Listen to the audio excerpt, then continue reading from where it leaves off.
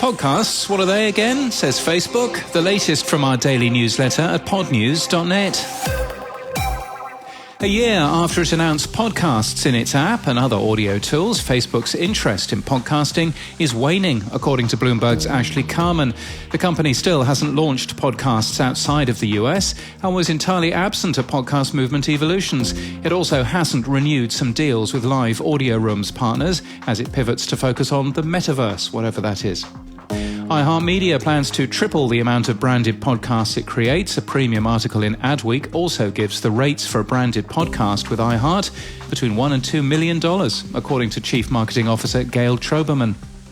Podcast advertising needs solutions to reach full potential, says a piece by Chris Kelly in Marketing Dive. Meanwhile, Morning Brew explains how pod sites, Chartable and other attribution solutions work, and improved ad tech is one reason why the UK's Press Gazette suggests that the UK is on the cusp of a golden age for podcasts. But the article also highlights that the country sees significantly less podcast ad revenue than other markets. Expect more marketing email from Acast, but with changes for compliance. The company has responded to our Tuesday story about their spam marketing emails. We're told, recent emails we sent out erroneously featured incomplete contact information as well as outdated language from past email templates. Some emails mention email marketing providers like Bee and MailUp that Acast is no longer working with. Our staff have identified the source of the issue in our email templates and have updated any remaining live campaigns so that they feature accurate, up-to-date information on Acast's physical address and the providers we work with.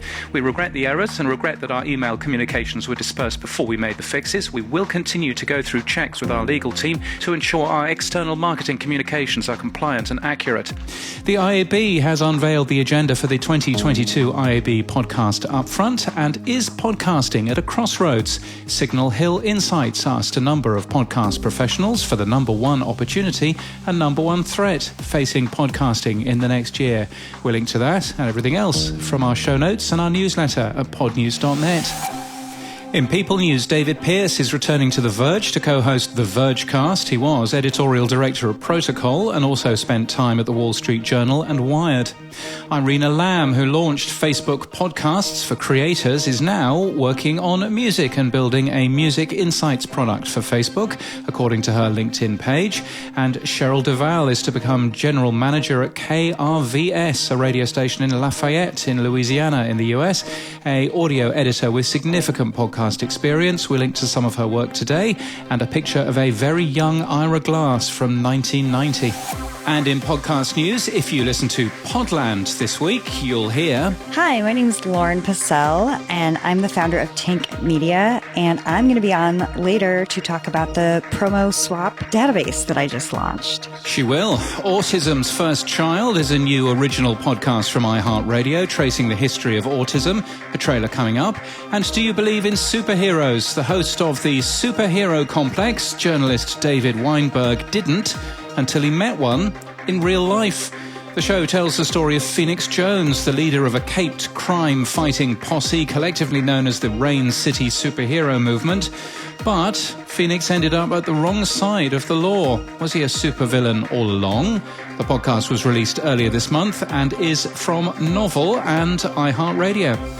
And that's the latest from our newsletter. To read all the stories and subscribe, we're at podnews.net. In 1937, Mary and Beeman Triplett of Forest, Mississippi, placed their 3-year-old son in an institution. Doctors said it was for the best. Donald was different. He didn't run to his father when he returned home from work. He didn't snuggle his mother. In that era, scientists and academics and politicians classified people like Donald as defective or deranged, a threat to society. I don't think people are that familiar with the fact that from really the early 1900s up until the beginning of World War II, essentially, eugenics was really a big movement in the United States. That meant judging babies like cattle or sheep in contests and county fairs across the country. The triplets eventually changed their mind. They brought Donald home and then to Baltimore to see a founder of child psychiatry, Dr. Lee O'Connor. And that visit changed history. Of course, at the time, autism wasn't even a word. Nobody knew, about it or anything. Case 1, Donald T. That's how he appears in Dr. Connor's work. And 7 decades later, we tracked Donald T. down. Hey, you got a book up there. Whose book is that? In a Different Key. That book about you and John. Well, it's about you, actually. Yeah, actually about me. I'm Karen Zucker.